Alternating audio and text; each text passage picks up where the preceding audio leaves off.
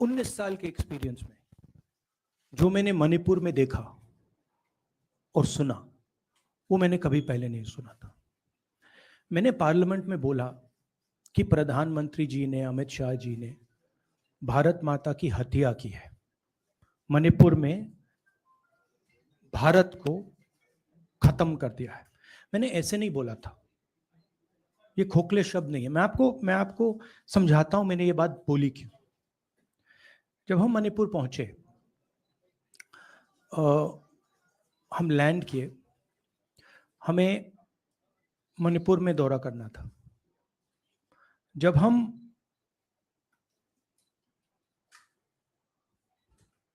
मेइते area में गए, हमें साफ कहा गया था कि अगर आपकी सिक्योरिटी डिटेल में कोई भी कुकी होगा उसको आप यहां मत लाइए क्योंकि हम उसको मार देंगे।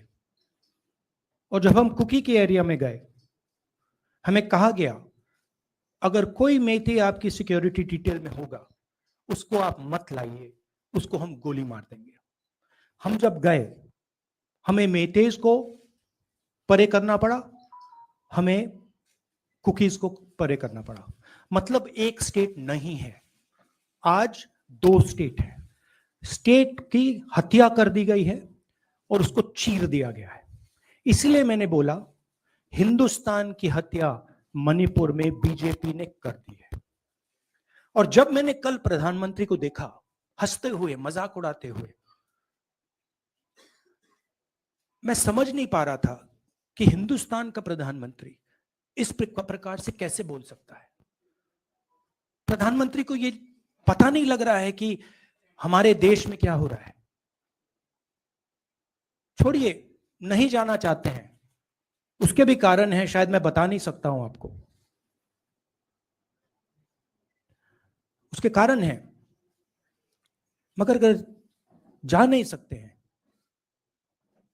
तो मणिपुर के बारे में बोले तो। हिंदुस्तान की आर्मी, आप सब जानते हो, सेना को आप जानते हो, जो मणिपुर में हो रहा है हिंदुस्तान की सेना उसको 2 दिन में रोक सकती है, 3 दिन नहीं लगेंगे। अगर हिंदुस्तान की आर्मी को कहा गया कि यह तमाशा बंद करो, 2 दिन में यह तमाशा ड्रामा बंद हो जाएगा। प्रधानमंत्री मणिपुर को जलाना चाहते हैं, आग बुझाना नहीं चाहते हैं, यह है सच्चाई। अब आप अपने सवाल पूछिए। Would you like me to say it in English? I watched the Prime Minister of India yesterday speaking for 2 hours, laughing, joking, लगाing naras in the parliament. The Prime Minister would say one line and the entire BJP would shout another nara. You know, the Prime Minister seems to have forgotten that the state of Manipur is on fire and has been on fire for 4 months. Women and children are dying over there. People are being murdered. Women are being molested, are being raped. And the Prime Minister of India is sitting in the middle of the parliament, shamelessly laughing. This is not about Rahul Gandhi. This is not about the Congress party. This is not about the opposition. This is about India. It's about our country. A state has been decimated. It has been destroyed. It does not exist anymore. And it has happened because of the politics of the BJP. Divide and rule and burn. That is why in my speech I said, Bharat Mata has been murdered in Manipur. It's very interesting. For the first time, the words Bharat Mata have been expunged from the parliament. It's an insult to those words. Whatever I said that is wrong. I have said Bharat Mata, which is an idea, which is the idea of India, where everybody lives peacefully, harmoniously, with affection, has been killed in Manipur. It's a fact. So, the word itself now cannot be spoken by the people of India. We cannot say Bharat Mata in parliament.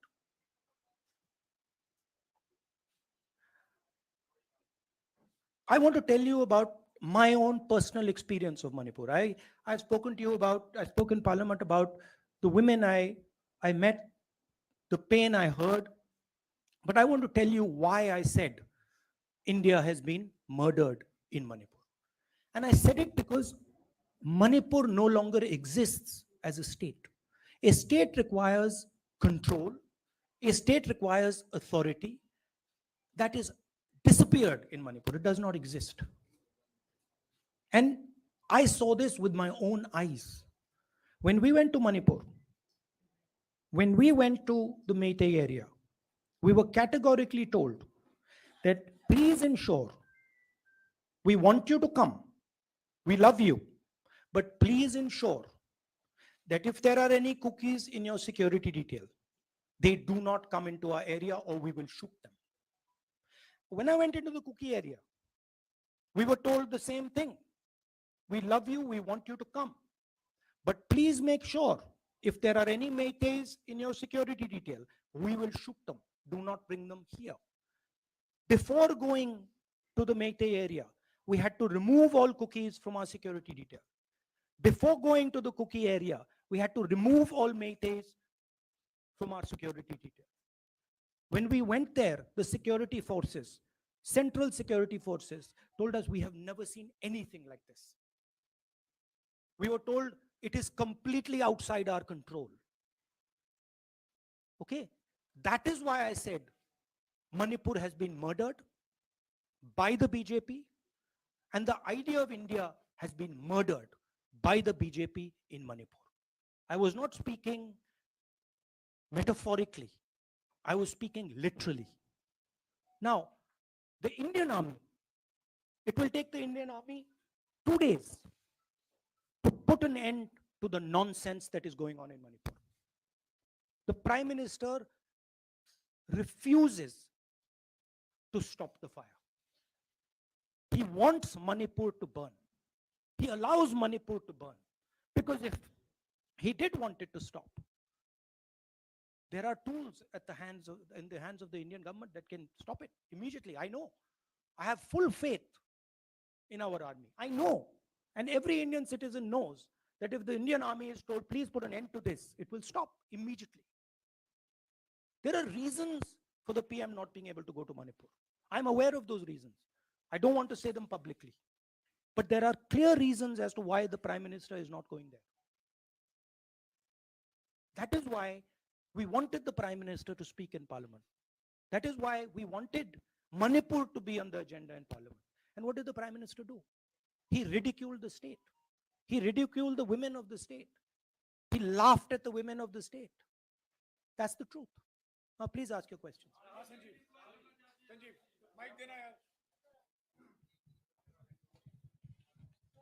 Finally, I just want to say one thing again in English. See, the Prime Minister, when he becomes Prime Minister, he ceases to be a politician. He becomes the representative of the voice of this country. The politics should be put aside. And the Prime Minister should speak not as a petty politician, as the leader of a political party, but the Prime Minister should speak with the weight of the Indian people behind him. And it's tragic to watch Mr. Narendra Modi. It's sad because the Prime Minister does not understand what he actually is. He is our representative. He's my representative. He's all our representative. And watching the Prime Minister spend 2 hours talking about the Congress, talking about the opposition, making ridiculous remarks about the name, this really does not do justice to an Indian Prime Minister. I've seen Prime Ministers from the Congress party. I've seen Prime Ministers from the BJP. I've seen Mr. Vajpayee. I've seen Mr. Dev Gowda. None of them have ever done this. There's a complete misunderstanding in the mind of Narendra Modi ji about what the Prime Minister of India is. Rahulji, you wanted the Prime Minister to speak in Parliament, and now that he's spoken, and you've said that he wants Manipur to continue to burn. So, what is the Congress Party's next step to retrieve Manipur and save it? The only conclusion I can draw, because the Prime Minister has tools in his hand. that can stamp out the fire in Manipur certainly within 3 or 4 days. But for some reason, he's refusing to use those tools. Right? The Prime Minister could at least go to Manipur, talk to the communities, and say, I'm your Prime Minister. Let's start talking. It will be taken seriously. So I don't see any intention.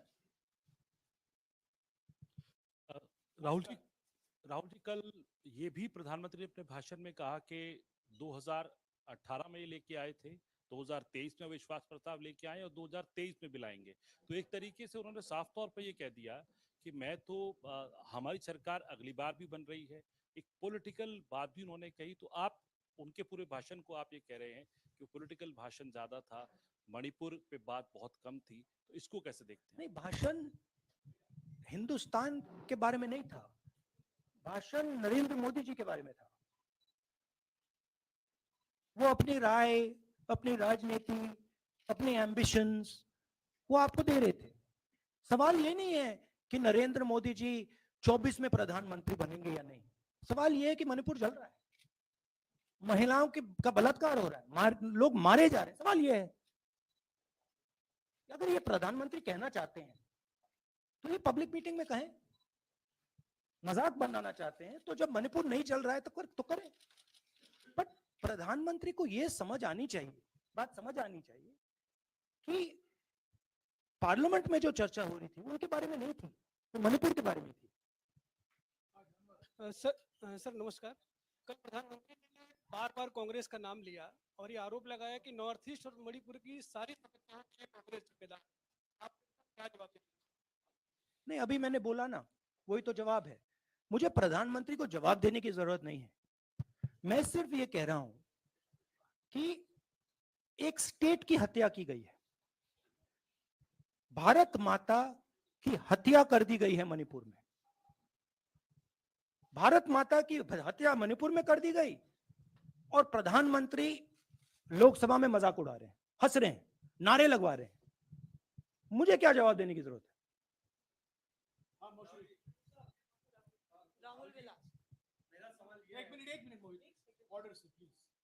Mr. Gandhi, you waxed eloquent.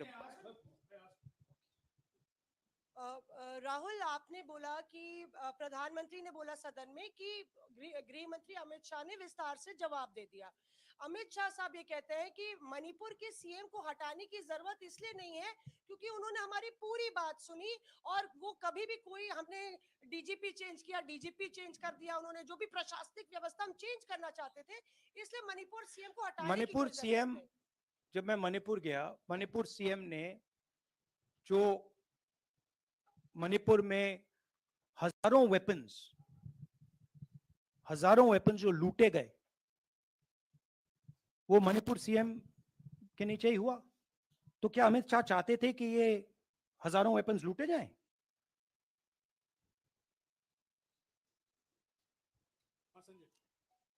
Rahul ji, जो हिंसा चल रही है, क्या अमित शाह चाहते हैं कि हिंसा चलती जाए? चीफ मिनिस्टर उसको रोक नहीं पा रहा है। अमित शाह जी कह रहे हैं कि भैया वो हमारी बात मान रहा है, तो क्या आप चाहते हैं कि मणिपुर चलता जाए?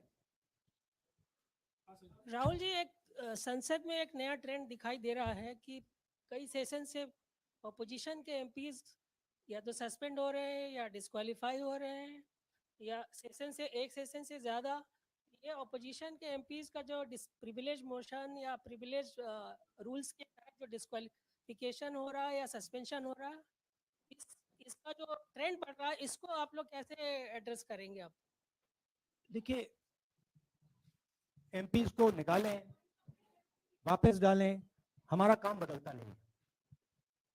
हमारा लक्ष्य जो मणिपुर में हो रहा है उसको रुकवाने का है।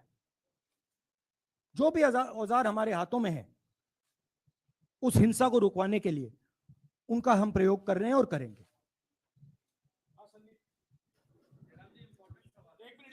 Yeah, Mr. Gandhi, you talked about using the army, deploying the army to control violence. You spoke that in Parliament. You've repeated here.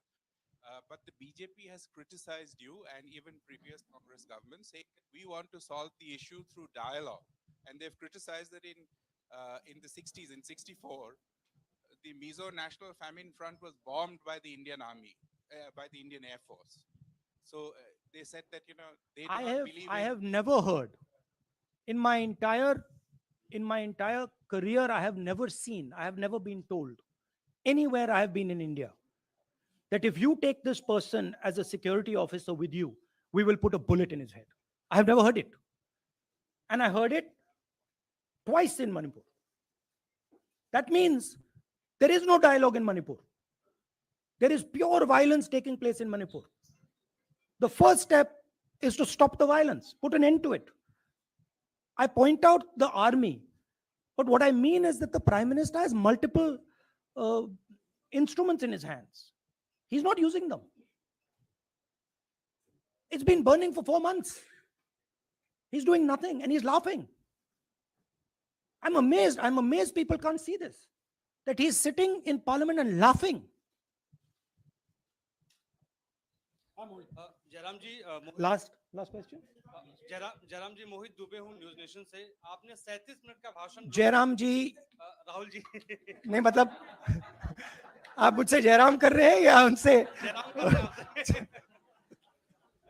Rahul ji जय सिया राम। राहुल जी आपने 37 मिनट का भाषण लोकसभा के भीतर दिया और 37 मिनट में सिर्फ आपको करीब 14 मिनट ही दिखाया गया, बाकी आपके चेहरे पे कैमरा नहीं था और आप मणिपुर गए, मैक्सिमम टाइम आपने मणिपुर के ऊपर बोला। इस परंपरा को आप किस तरीके से देखते हैं? पता नहीं, शायद कॉन्ट्रडिक्शन है। शायद पीएम मेरा चेहरा टीवी पे नहीं देखना चाहते, मगर फिर पीएम मेरी वीडियो के बारे में बात करते हैं, तो पता नहीं क्या है। बट मुझे लगता है शायद उनको मेरा चेहरा टीवी पे देखना अच्छा नहीं लगता। कोई प्रॉब्लम नहीं है। जो मैंने बोलना था, देखिए मुझे अपना काम करना है। मैं जानता हूं कि मीडिया पे कंट्रोल है, लोकसभा राज्यसभा टीवी पर कंट्रोल है, वो उसके बारे में मैं कुछ ज्यादा नहीं कर सकता हूं, मगर मुझे अपना काम करना है, मैं अपने काम को करता हूं। जहां भी भारत माता पर आक्रमण होगा वहां मैं आपको खड़ा मिलूंगा, भारत माता की रक्षा करते हुए मिलूंगा।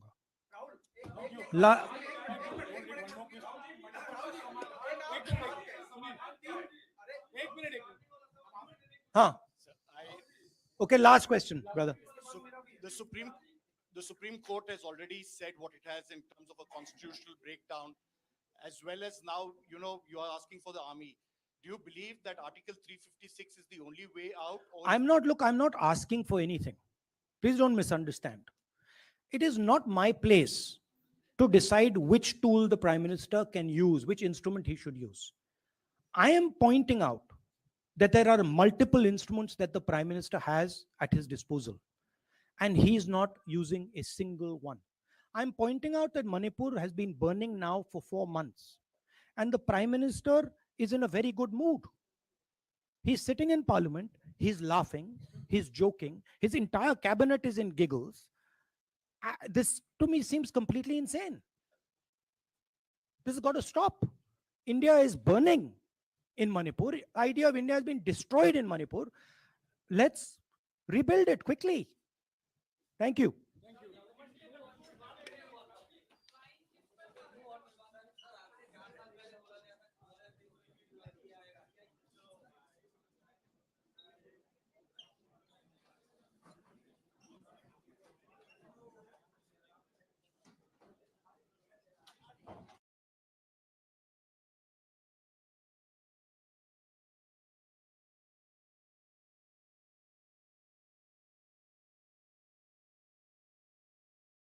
माननीय सभासदों, माननीय अध्यक्ष जी,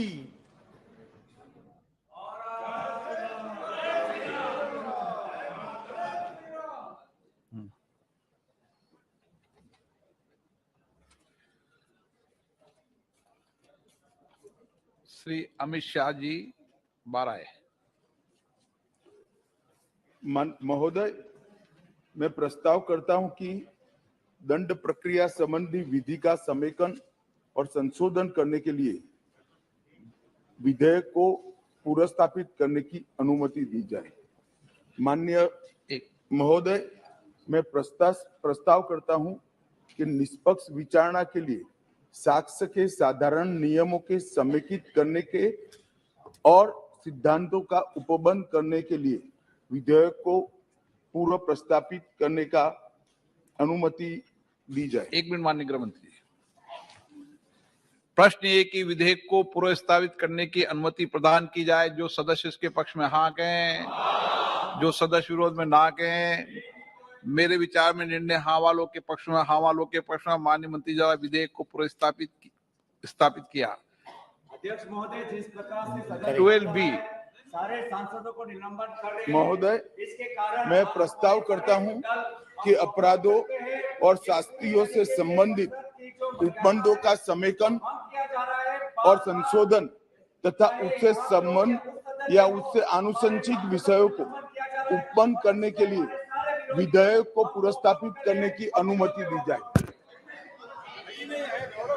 प्रश्न है कि विधेयक को पूर्व स्थापित करने की अनुमति प्रदान की जाए। जो सदस्य इसके पक्ष में हाँ कहें, जो सदस्य विरोध ना कहें। मेरे विचार में निर्णय हाँ वालों के पक्ष में, हाँ वालों के पक्ष में। माननीय मंत्री जी विधेयक, माननीय मंत्री जी कुछ कहना चाहते हैं इस पे? हाँ,